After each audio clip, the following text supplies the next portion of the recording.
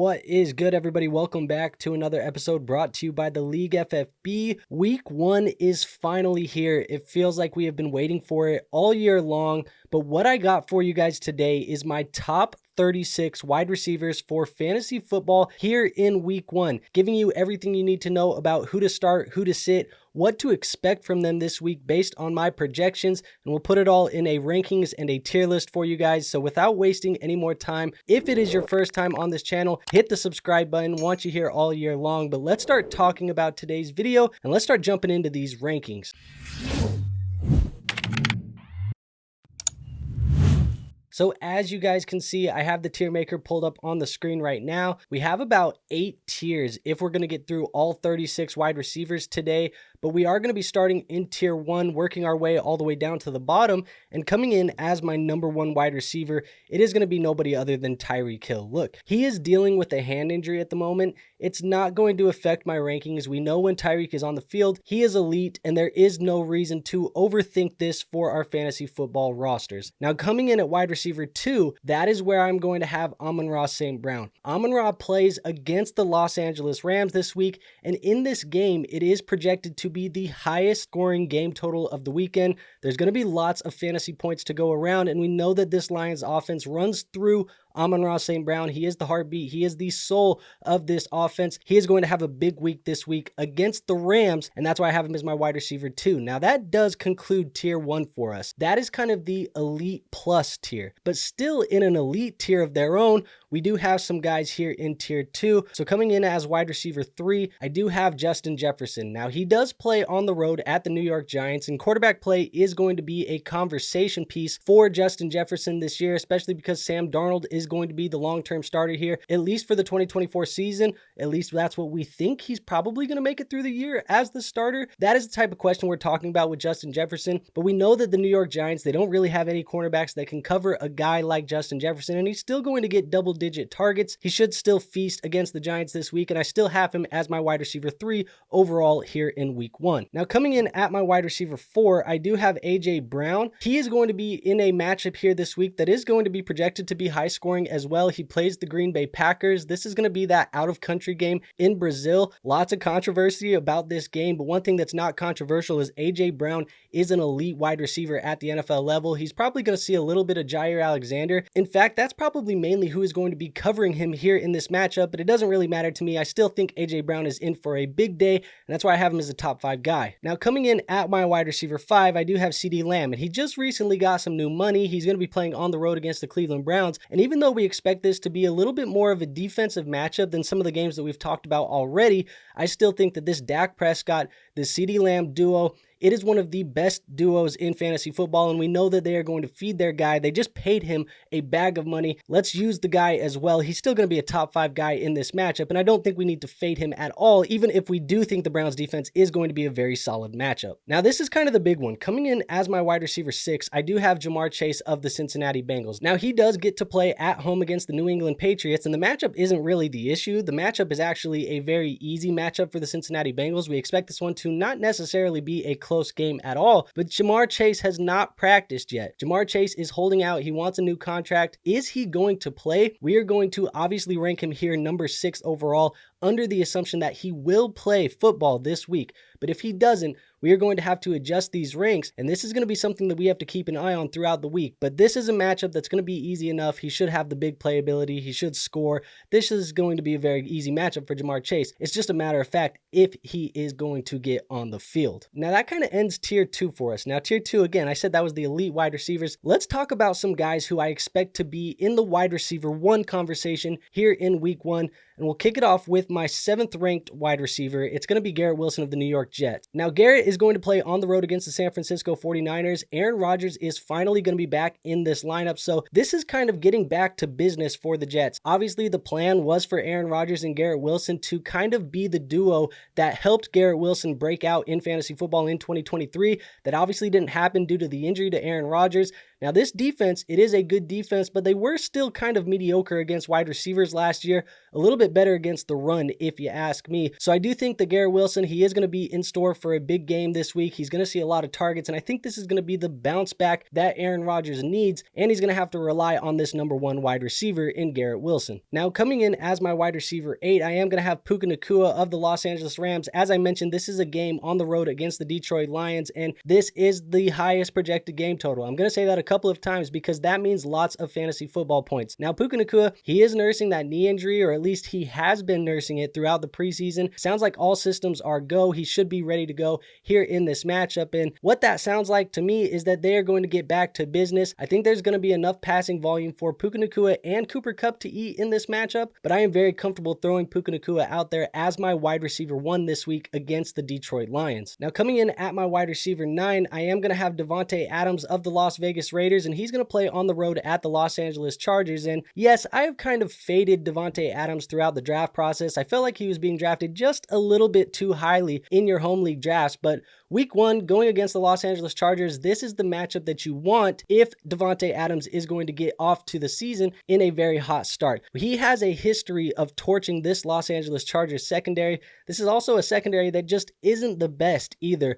We know that there's going to be some fantasy points to be had. Davante Adams is going to have to be a big piece of this offense, and I don't think we should really overthink this matchup here in week 1, and he should still provide us with some wide receiver 1 numbers. Now, coming in as my 10th overall wide receiver, I do have Mike Evans of the Tampa Bay Buccaneers, and he's going to get to play against the Washington Commanders. Now, we know that Washington, they were a horrible defense against wide receivers last year. They gave up the 2nd most fantasy points per game to the position, and even though Dave Canales is gone and no longer calling the plays here on this offense, we do know that Baker Mayfield is going to lean on Mike Evans like he did last season. I think he's still going to be in store for a big week, and there really isn't a lot of defenders here on this Washington secondary that do worry me for Mike Evans. I think he's going to have a fine week, and I think we can still plug him in as a wide receiver 1. And now the final player in my wide receiver 1 tier, or here in this tier 3, is going to be number 11, Marvin Harrison Jr. of the Arizona Cardinals. Now, he is going to play on the road at the Buffalo Bills, and I get it. We're talking about a wide receiver who is a rookie who has received generational type of talent tags, I guess, to his name over the last couple of months, and now I have him in week 1 of his rookie season, finishing as a top 12 wide receiver. I just think it's going to happen. This is an offense that is going to lean on Marvin Harrison Jr. Kyler Murray has been one of my favorite picks all offseason long. I think this offense is going to look better than a lot of people expect, and this is going to be one of the more interesting matchups this weekend here against the Bills. I think this game is going to be very fun to watch, and I think Marvin Harrison is going to put the league on notice. It's not going to take very long. This kid is good. Wide receiver 1 for me here in my rankings this week. But now that we're out of tier 3, let's move on to tier 4, and coming in as my wide receiver 12, we are going to have Drake London, who is playing against the Pittsburgh Steelers. Now, it is going to be a new era here in Atlanta. Drake London, he was highly drafted this offseason. People are actually drafting him as their team's wide receiver 1, and so in order for him to live up to the expectations, he's going to have to see the targets. I think he's going to flirt with some wide receiver 1 numbers this week, but there's also a chance that this game is going to be kind of low scoring for London. I would kind of put him in my lineup as a set and forget at wide receiver 1, but if he does give you some wide receiver 2 numbers this week, don't really worry about it. I just think this isn't the greatest matchup or the highest scoring matchup that the Falcons could possibly have, but Drake London, he should still give you some very solid numbers and probably a guy that you can rely on as a high-end wide receiver 2 this week. Now, coming in at wide receiver 13, I actually am going to have Cooper Kupp of the Los Angeles Rams, and look, I know Puka Nacua already in the top 12, Cooper Kupp as a top 13 wide receiver. You bet your ass I'm in on Matthew Stafford this week as well. This is the game of the week that I'm completely in on. I think there's going to be so many fantasy football points for our rosters, and if this game is going to live up to the hype that it's going to get as the highest projected scoring matchup, there's going to have to be a lot of passing volume in this Rams offense, and who are going to be the beneficiaries of that? It's going to be Cooper Kupp. It's going to be Puka Nacua. Both of these guys have been proven to be beneficial to each other when they are both on the field. They can both be productive at the same time. We've already seen them do it. There is no need to fade this. Cooper Kupp, Puka Nacua, both going to be top 15 wide receivers this week. Now, coming in at my wide receiver 14, we do have Chris Olave of the New Orleans Saints, and he is going to play against the Carolina Panthers. And this matchup isn't really going to be an exciting one. I mean, nobody's really going to be lining up to watch the Panthers versus the Saints here in week 1. There's plenty of other football games that we would rather watch than this likely low-scoring matchup. But the reality is there are going to be players that are productive in this game, and one of those players is going to be Chris Olave. I expect some high-end wide receiver 2 upside this week with the chance at a big play touchdown against a mediocre Panthers defense. Like I said, it's not going to be exciting, and yes, a lot of people drafted Chris Olave quite high highly, he should still get off to a pretty decent start to his fantasy football season here in week 1, and I have him as a top 15 play. Now coming in at wide receiver 15, I do have Nico Collins of the Houston Texans, and this is a player who's going to be playing on the road at the Indianapolis Colts. We get to see the CJ Stroud versus Anthony Richardson matchup that a lot of people probably have been clamoring for. Now this Texans offense is going to be very hard to project, I think especially at the start of the year, but the way that I've been projecting this throughout the entire offseason and the way I'm going to continue projecting this going into week 1 is that Nico Collins is the true number 1 alpha type of wide receiver for CJ Stroud. Now we expect this Houston Texans team to score a lot of points. I think they're going to score a lot of points in week 1. The only question that I have is, can the Indianapolis Colts keep up with CJ Stroud and the Texans? That's a question that's going to need to be answered, because if they can't, this game could get out of hand fairly quickly. And now the final player here in this tier 4 for me, or your high-end wide receiver 2s, we're going to have DJ Moore as the wide receiver 16. He gets to play against the Tennessee Titans, and he should remain the first read here in this offense. And yes, it did get a little bit more crowded. You do have Keenan Allen, you do have Romo Dunze, and some of these other guys here in this offense now. But let's keep in mind, the Bears, they paid DJ Moore to be their number 1 wide receiver long term. And if Caleb Williams in his first real NFL game is going to put on a show, it's going to be because he's leaning on the number 1 wide receiver for him in DJ Moore. There's going to be some good opportunity for him in this game. You know that the Titans defense is so-so, but that being said, they did add L'Jarius Sneed, so there is going to be a new change here on this offense. I think it's going to be enough. They're going to lean on the big buck wide receiver who is going to give them that play. It is going to be DJ Moore, and he is going to be a high-end wide receiver 2 for me. Now going into my tier 5, this is the tier that I would say are safe wide receiver 2 plays, and we're going to start it off with wide receiver 17. That is going to be Jaylen Waddle for the Miami Dolphins, and as I mentioned, they play the Jacksonville Jaguars. This is a game that should be fairly competitive. Waddle's been dealing with this undisclosed injury, and it sounds like the expectation is for him to suit up, and this Dolphins offense we already know can put up a ton of points in a hurry when they have these players on the field for them. Waddle is going to be one of the key contributors on this offense, and he is always a big play away from a big day for our fantasy football lineups. So I think this is a player that we can plug in, kind of have a safe floor as a wide receiver 2, and like I said, he's always a big play away from giving us even more than that. Now let's move on to my wide receiver 18. That is going to be Deebo Samuel of the San Francisco 49ers, and they play against the New York Jets. And this is going to be one of the more fun matchups, I think, of the weekend. You got the Super Bowl runner-ups versus Aaron Rodgers and the Jets trying to bounce back and get it together here in New York. Now, we already know this Jets defense is tough. They're probably a top 3 defense in the NFL as a whole, but I don't think Deebo Samuel is going to be that affected by it. I do think the majority of Sauce Gardner is going to be on Brandon Ayuk, so Deebo Samuel should still be productive for our fantasy football rosters, and because of that, I think he can still give us some wide receiver 2 numbers here this week. Now let's move on to wide receiver 19. I have Michael Pittman Jr. here at this ranking. He does play against the Houston Texans, and I mentioned that this is going to be a high-scoring, fast-paced game. Now Michael Pittman Jr., he's kind of been a quiet producer every single year in and out of this offense, and we know that this offense is going to have to play fast if they want to keep up with the Houston Texans. Josh Downs is likely going to be out in this game. A.D. Mitchell, a rookie in his first real season action. I could very easily see Michael Pittman Jr. seeing double-digit targets here in this matchup, and if he does do that, he is going to be a safe wide receiver 2 play for our fantasy teams. Now coming in at wide receiver 20, I do have DK Metcalf of the Seattle Seahawks, and he gets to play against the Denver Broncos, and Pat Surtain is elite, but I think DK is a beast to cover, and it's going to be pretty hard for Surtain to do it for the entire game. We do think that Metcalf and this Seattle offense is going to be improved here in 2024 under Ryan Grubb, who is going to be calling the offense. It is going to be that new look. No more Pete Carroll. The only thing that maybe worries me a tiny bit about this game is that it could get out of hand quickly. We don't expect this Broncos team to be that great. If Seattle does start getting ahead very quickly, we could see them lean on the run game with Kenneth Walker a little bit more in the second half, and that would kind of cap DK Metcalf's upside. Now coming in at my wide receiver 21, I do have Devonta Smith of the Philadelphia Eagles, and as we mentioned, this is the Green Bay game in Brazil. The rumor has it that he is going to see an increased role here in 2024, and in this new Kellen Moore offense that does like to feature a slot wide receiver,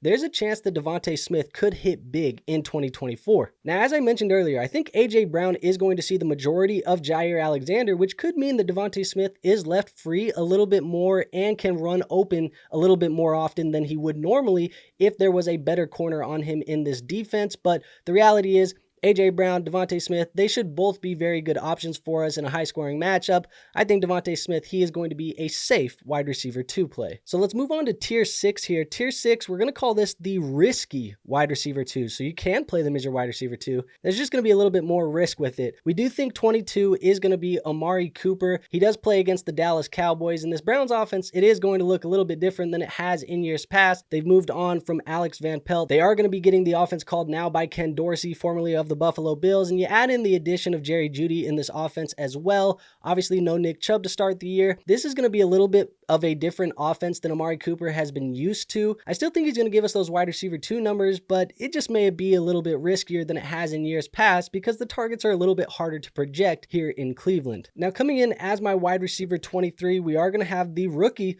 Malik Nabers of the New York Giants, and he gets to play against my Minnesota Vikings. And we all know that Malik Nabers is going to be a superstar level talent at the NFL level. The only question that I've continued to have about Malik Nabers is the quality of quarterback play that he may see as a rookie. We all know Daniel Jones has struggled at the NFL level. It's likely that he's going to continue to struggle this year for the New York Giants. Now, the good news for Malik Nabers is he does get to play the Minnesota Vikings in week 1, who necessarily haven't had good cornerback play for like 3 or 4 years now, it seems. And I don't even think that Stephon Gilmore, the older age that he is now, is going to be the shutdown corner that he was in years past. It's probably not going to be the answer for the Minnesota Vikings, but that being said, Malik Nabers, he's probably a player that we can rely on double-digit targets on each and every week, but the consistency, the quality of those targets, they're going to be a little bit harder to project, and I think because of that, we probably have to temper the expectations for Malik Nabers, and I do have him as my wide receiver 23, and more so a risky wide receiver 2 play. Now, coming in at my wide receiver 24, we are going to go back to that Houston Texans offense in that game against the Indianapolis Colts. I do think Stephon Diggs is going to come in as a risky wide receiver 2 this week. He's the player that I expect to kind of become a more reliable target for CJ Stroud. And I know that a lot of people like Tank Dell. A lot of people don't really like that I am fading Tank Dell in this offense just due to the lack of projectable target volume to a guy like Dell and his play style. But I do think Diggs, this is a guy who's almost a lock for 6 to 8 targets per game. And even though that's less than what he has done in years past, I still think it's going to be good enough that he can provide consistent wide receiver 2 numbers, maybe even more than that if he does find the end zone in a couple of these matchups. Now, coming in at my wide receiver 25, surprised we haven't seen him on this list. It really shouldn't be a surprise because, as I mentioned, he's playing against the New York Jets. He gets to see probably the toughest cornerback matchup in the NFL at this point. Yes, I do think Sauce Gardner is probably the best shutdown corner in the NFL right now. You got paid, Brandon, but at what cost? Now you got to go see Sauce? I don't know. Look, let's temper the expectations for Brandon Ayuk week 1. We know he's a good player. We know he's going to have good weeks. It just may take a touchdown for him in week 1 for him to even pay off for us in our starting lineups. I think he's a very risky wide receiver 2 play this week. And then the last player in this tier for me is going to be Terry McLaurin. Now, Terry McLaurin, he does play against the Tampa Bay Buccaneers, and this is going to be a game on the road. He has to go to Tampa Bay, and we do hope that Terry McLaurin has finally found the quarterback, because for a long time now, we've been hoping that Terry McLaurin could get the quarterback play because he has been very talented without it. Now, the Washington Commanders, they definitely are projecting that they did find their quarterback of the future in Jayden Daniels. It's going to be interesting to see how this shakes out. I kind of want to see what happens in week 1 before I'm confidently throwing Terry McLaurin out in my lineups. We still kind of got to look at him as a risky wide receiver 2 play this week. And I think in a road matchup in Tampa Bay, it's not going to matter too much. He is a big play waiting to happen, and Jayden Daniels is electric as it is. Let's just see what happens with Terry McLaurin this week. That's why he's coming in as my wide receiver 26. Now, moving on to my tier 7. Tier 7 is what I'm going to call the high-end wide receiver 3s. So if you don't have a third wide receiver, maybe you're looking at these guys as flex plays. But if you do have 3 wide receiver slots, these are the high-end wide receiver 3s. And coming in at wide receiver 27, I have Rashee Rice for the Kansas City Chiefs, and he gets to play in a game against the Baltimore Ravens. Now, all offseason long, we've heard about this inevitable looming suspension for Rashee Rice, and there are people on the internet, maybe people on this channel, that were telling you, let's pump the brakes on that because it might not happen. Historically, the NFL isn't just slapping players with long suspensions, and now it's week 1 and Rashee Rice is ready to play. So I don't know if this was going to be expected, if some people thought this was a surprise. We always felt like Rashee was playing. Obviously, you guys know that by this point, but at the end of the day, he does get a tougher matchup here in week 1 against the Baltimore Ravens, and I do think that that may limit the upside of Rashee Rice in this offense, but Hollywood Brown not going to play. Xavier Worthy, a rookie. Travis Kelce going to be on the field. I think if there was anybody to bet on some high upside, you're going to bet on a wide receiver that has played with Patrick Mahomes in an offense with Patrick Mahomes and Andy Reid. That's the guy that I'm betting on. I think Rashee Rice, a high-end wide receiver 3 this week, but somebody who could definitely outproduce this ranking very quickly if he gets a big play or two. Now, coming in as my wide receiver 28, I do have George Pickens of the Pittsburgh Steelers, and he is going to play on the road against the Atlanta Falcons. And Pickens has been one of drafters' favorite breakout candidates going into 2024, and Atlanta has kind of been tough against wide receivers. At least they were last year, and I still think that this Pittsburgh Steelers offense is still a little bit TBD. I want to see what's going to happen with Russ under center. That's Russell Wilson, of course, and Arthur Smith calling the plays as well. I think this is something we need to kind of wait and see. Let's not fully expect this Pickens breakout week 1, but if it happens, even better. But I do think Pickens is more of a high-end wide receiver 3 play this week, and he's probably going to have some of his better days in the future. It just may not be week 1. Now, coming in as my wide receiver 29, I am going to have T. Higgins of the Cincinnati Bengals, and as I mentioned, the Bengals, they play against the New England Patriots, and let's just get this out of the way. If Ja'Marr Chase decides to sit out week 1, we could be looking at T. Higgins as a top 12 play at the wide receiver position, but this ranking is obviously assuming that Ja'Marr Chase does play football for the Bengals here in week 1.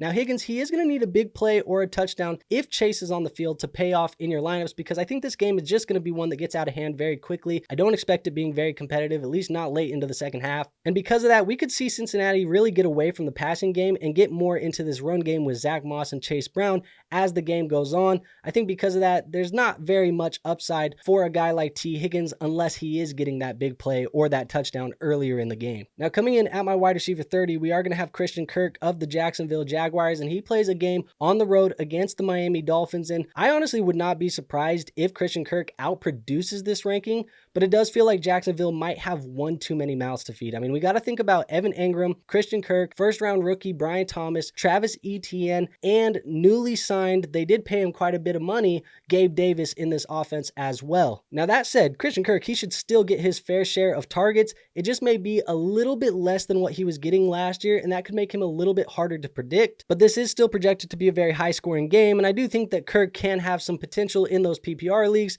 He just may have a little bit less touchdown opportunities than normal, especially in an offense that has that many weapons, especially on the goal line. Now, coming in at my wide receiver 31, we are going to have Zay Flowers of the Baltimore Ravens. Now, he does play on the road at the Kansas City Chiefs, and as I mentioned, this is going to be a game that is going to be very high scoring, two competitive teams as well. Now, I have mentioned this offseason how drastic the splits are for Zay Flowers when Mark Andrews is on and when Mark Andrews is off the field. Now, we expect Mark Andrews to be on the field here in week 1, and with that being said, we need Zay Flowers to kick those sidekick rumors to the curb. We don't want him to be a sidekick to Mark Andrews. He needs to become the wide receiver 1 that the Baltimore Ravens drafted him to be, and he hasn't done that with Mark Andrews on the field yet. Now, that said, he should still see some decent volume in this game, but historically with Mark Andrews, it is going to make him much riskier. So because of that, I do think he is a risky, but maybe a high-end wide receiver 3 play. And now coming in as my wide receiver 32, I am going to have Tank Dell. He is going to round out this high-end wide receiver 3 tier. And I know, I can already hear it, the Tank fanboys, they have been so loud all off season. Maybe I have beef with the Tank fanboys, but at the end of the day, I can hear them saying that this ranking is wrong. They're upset with it. They're already going down to the comment section right now to cry. They're telling me I'm disrespectful. This is what is happening with Tank Dell. And I'm sorry, projecting this offense in 2024, it certainly feels like Tank Dell is a big play, third receiving option in this offense, playing as the third option to Nico Collins and Stephon Diggs. Now, I know, historically, those types of players, they do have boom weeks. They're hard to project. It's going to be a headache to try and figure out when you should be starting him. He's going to have enough big weeks that at the end of the year, he's probably going to finish somewhere between like 20 and 35. And you're going to say, hey, his year was actually pretty decent, but you're never going to know when you're going to have to start him. I think this week he could have a big game. Is he likely to have it? I don't know. It's something I'm not betting on. And don't hear what I'm not saying. I like Tank Dell. I think he's very talented. But right now in 2024, in week 1, just at the moment, he does feel like the third option and somebody that I think has better days ahead of him. Maybe just not right now in this present moment. That being said, he's still a high-end wide receiver 3 this week. And now let's move on to tier 8. In tier 8, we're just going to call flex plays. If you have them, you want to play them in your flex, I'm okay with it. They just don't have a ton of upside. Coming in as wide receiver 33, I have Deontay Johnson of the Carolina Panthers. Now, he gets to play on the road against the New Orleans Saints, and I mentioned that this game was going to be one of the games that people aren't necessarily lining up to go see people play. We talked about it with Chris Olave. I know Deontay's going to get his fair share of targets. He's going to be targeted fairly heavily in this offense as well, but it is still a work in progress. We don't know what it's going to look like with Bryce Young here in year 2 with Dave Canales calling the plays, and he does get a matchup against Marshawn Lattimore, who is a very good corner at the NFL level. You can start Deontay Johnson if you want to. He probably doesn't have a ton of upside unless you are in a full PPR league, and even then, he still might not have enough upside. I think he's more of a flex play for us here in week 1. Now, coming in as my wide receiver 34, I have Chris Godwin of the Tampa Bay Buccaneers, and again, he is going to be playing against the Washington Commanders, and he didn't really have that good of a year in 2023, and the Jalen McMillan drafting, it does feel like that is the eventual kind of replacement for a guy like Chris Godwin in this offense. It just feels like days are getting to an end here for Chris Godwin here in Tampa Bay, and I'm still kind of waiting to see what this Tampa Bay offense looks like without Dave Canales calling the plays. I know I've talked about that a few times. There is rumors of maybe Chris Godwin going into the slot. I want to see it before I'm actually putting him in my lineup confidently, and because of that, he is just a flex play for me this week. Now, coming in at wide receiver 35, for me, that is going to be Calvin Ridley of the Tennessee Titans, and he gets to play on the road against the Chicago Bears, and the Chicago Bears were kind of sneakily a top 5 defense down the stretch last year. Over the last month and a half, they were one of the better defenses in football, and I think Jaylen Johnson actually looks very legit as an NFL shutdown corner. He is going to be guarding Calvin Ridley for a majority of this matchup, and I think Ridley is still going to see his fair share of targets, and we know that Ridley is talented enough that he can do something with those targets when they do come his way, but Will Levis, he is a question mark. This offense as a whole is a question mark. I'm not super confident throwing these guys into my lineup, so if you want to play him as a flex purely based off of the volume that Calvin Ridley should see, I'm okay with it, but the matchup is bad, and the quarterback play is still TBD. I think it's going to be wait and see for me and Calvin Ridley, and so that's kind of why I'm only banking on him as a flex play this week. And now, last but not least, coming in as wide receiver 36, it is going to be Jayden Reed of the Green Bay Packers. We've talked about this game in Brazil against the Philadelphia Eagles, and this Green Bay Packers wide receiver room has been debated all offseason long. It's going to continue to be debated all year long.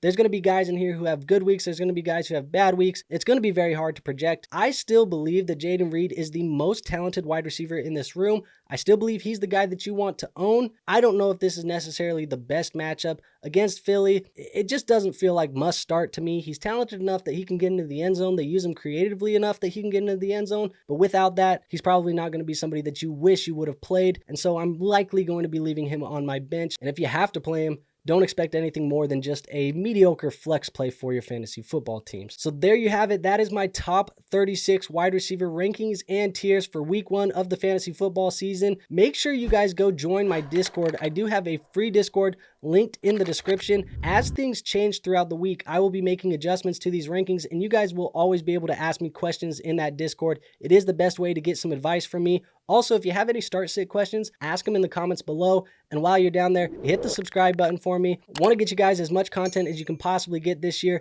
helping you guys win your fantasy football championships. And also, while you're down there, hit the like button for me. It is the best free way to show this channel some support. Now, with all of that being said, running back rankings are coming tomorrow. Keep an eye out for those, and I will see you guys on our next video. Until then, peace out.